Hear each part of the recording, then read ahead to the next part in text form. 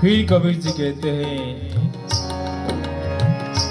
मन पांचों के बश पड़ा,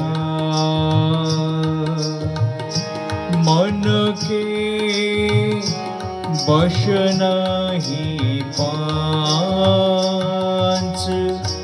मन पांचों के वश पड़ा, मन के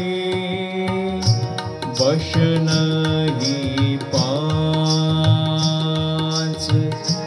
जित देखूं तीत दो लगी,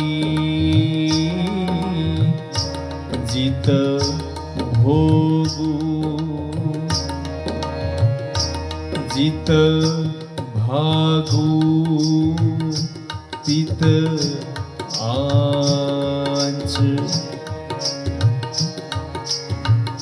यह मन पांचों इंद्रियों या पांचों विषयों के बस में पड़ा है, परंतु मन के बस में ये पांचों नहीं है। जहां देखता हूं वहां विषय की अग्नि लगी है, जहां भागकर जाता हूं वहां आंच लगती है, वहां आंच लगती है।